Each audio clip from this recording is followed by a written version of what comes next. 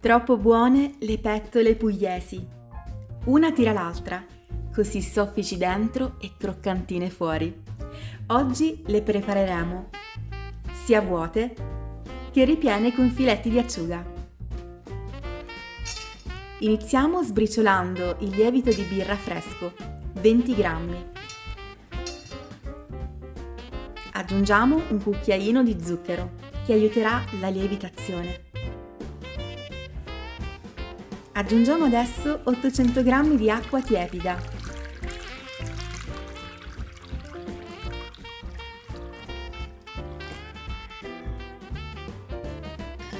Facciamo sciogliere il lievito.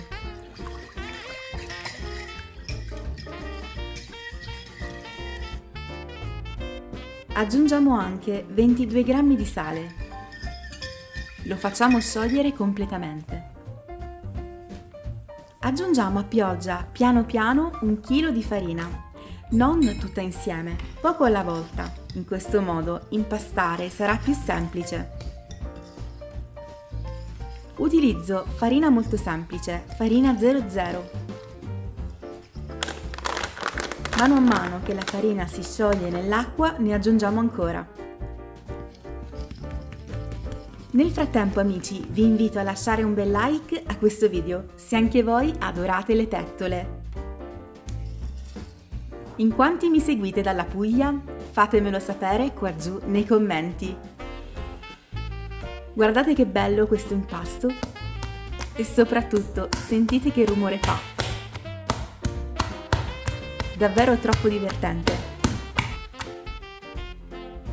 Questa è la consistenza giusta che deve avere, deve essere un impasto liquido. Lo divido in 2 ciotole, in questo modo non andremo a sporcare lo strofinaccio quando lieviterà. Lo lasciamo lievitare per 3 ore, coperto.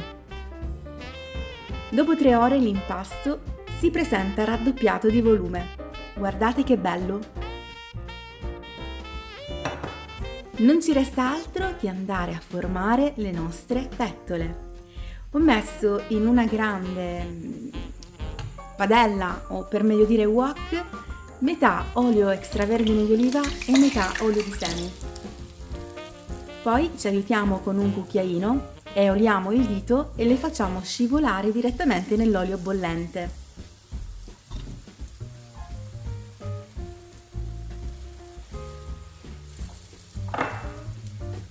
Queste sono le pettole vuote che piacciono tantissimo ai bambini, ma anche ai grandi. Possiamo mangiarle così, accompagnate da salumi, formaggi o addirittura possiamo cospargerle con miele, Nutella. Insomma, sono davvero troppo golose e davvero tanto versatili. Ottime sia dolci che salate. Guardate che bello l'impasto, elastico.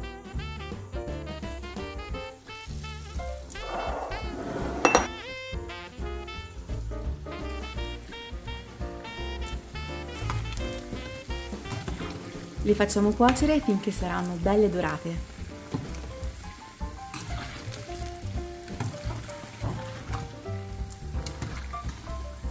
Voilà, pronte! Le facciamo scolare su carta assorbente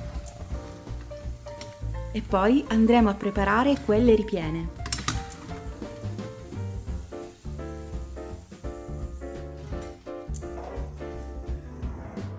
Cioliamo sempre le mani perché altrimenti l'impasto si appiccicherà e poi ci prepariamo anche 50 g di alici. Quindi preleviamo una parte di impasto, lo appiattiamo leggermente, inseriamo l'acciuga all'interno e cerchiamo di chiudere la pettola, allungarla leggermente e adagiarla nell'olio. Per fare queste pettole ripiene io vi consiglio di farvi aiutare da qualcuno, perché sarà difficile poi andarle a rigirare con tutte le mani sporche.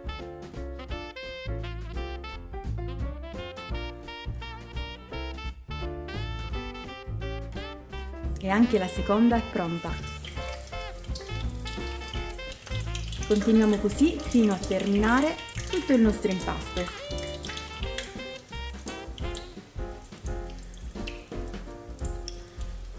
Se volete potete farle ripiene anche con salumi, come per esempio il salame, oppure farle alla pizzaiola con un po' di pomodoro e delle olive. Sono davvero buonissime e magari la prossima volta le farò proprio alla pizzaiola. Cosa ne pensate? Vi piace l'idea? Fatemelo sapere qua giù nei commenti.